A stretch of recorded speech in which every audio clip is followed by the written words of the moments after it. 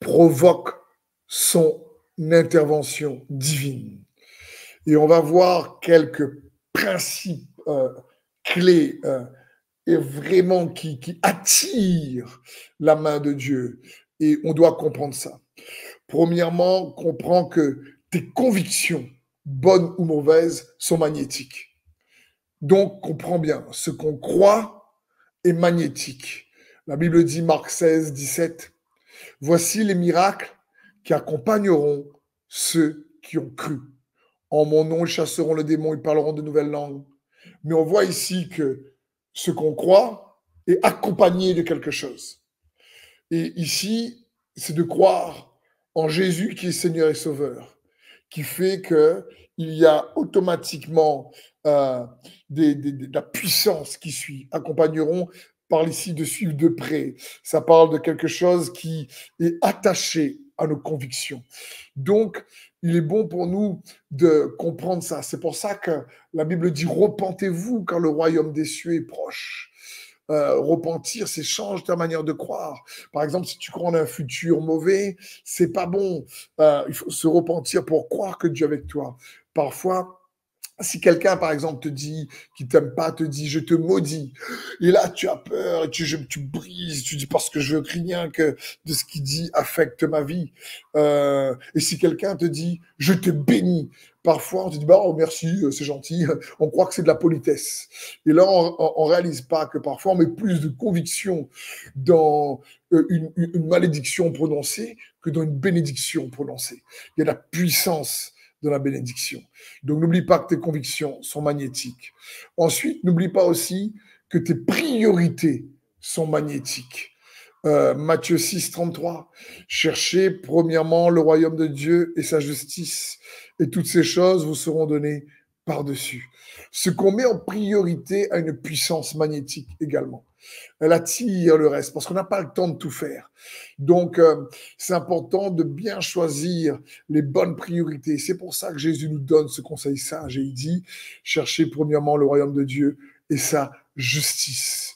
Donc, à côté des convictions magnétiques, de priorités sont magnétiques. Ça attire les autres choses comme un aimant. Quelque chose qui a une puissance d'attirance très forte, de magnétique très forte, c'est notre obéissance. Notre obéissance est magnétique, de même que la désobéissance est magnétique. Donc, il est bon pour nous de comprendre ça. Jean 14, 23, Jésus lui répondit, celui qui m'aime, c'est celui qui gardera ma parole, et mon Père l'aimera. Nous viendrons à lui et nous ferons notre demeure chez lui. Jésus est en train de dire, celui qui m'aime, c'est pas celui qui dit qu'il m'aime. C'est pas celui qui réellement fait plein d'efforts spirituels, qui fait des rituels spirituels. Il dit non, non, non, non. Il dit celui qui m'aime, celui qui garde ma parole, qui obéit à ma vérité, qui la pratique, qui reste conscient. Celui-là, je vais venir. Moi et mon Père, on va venir. Il y a une intervention là qui arrive. L'obéissance est magnétique. C'est pour ça que j'aime ce verset d'Isaïe 59, 14 qui dit « Mais la délivrance s'est retirée, le salut se tient éloigné, car la vérité trébuche sur la place publique. Et donc la droiture, la justice, tu préfères, ne peut approcher. » Lorsqu'on pratique la vérité, qu'on se tient, qu'on la garde, qu'on la pratique, qu'on obéit, elle ne trébuche pas dans nos cœurs. Alors la justice est attirée de manière magnétique. Ton obéissance est magnétique. Mon obéissance est magnétique. Une dernière clé pour provoquer son intervention divine, c'est tes semences sont magnétiques. C'est très important. Il y a la loi, malgré tout, dont récolte ce qu'on sème. C'est magnétique, ça attire. Je prends l'exemple de Corneille dans les Écritures, dans Acte 10. La Bible dit, au verset 3, vers 3 heures de l'après-midi, il vit clairement dans une vision un ange de Dieu entrer chez lui et lui dire, Corneille, quelle intervention divine incroyable. Le ciel s'ouvre, Dieu envoie un ange voir Corneille. Corneille fixa les yeux sur lui, rempli de crainte, répondit, qu'y a-t-il, Seigneur?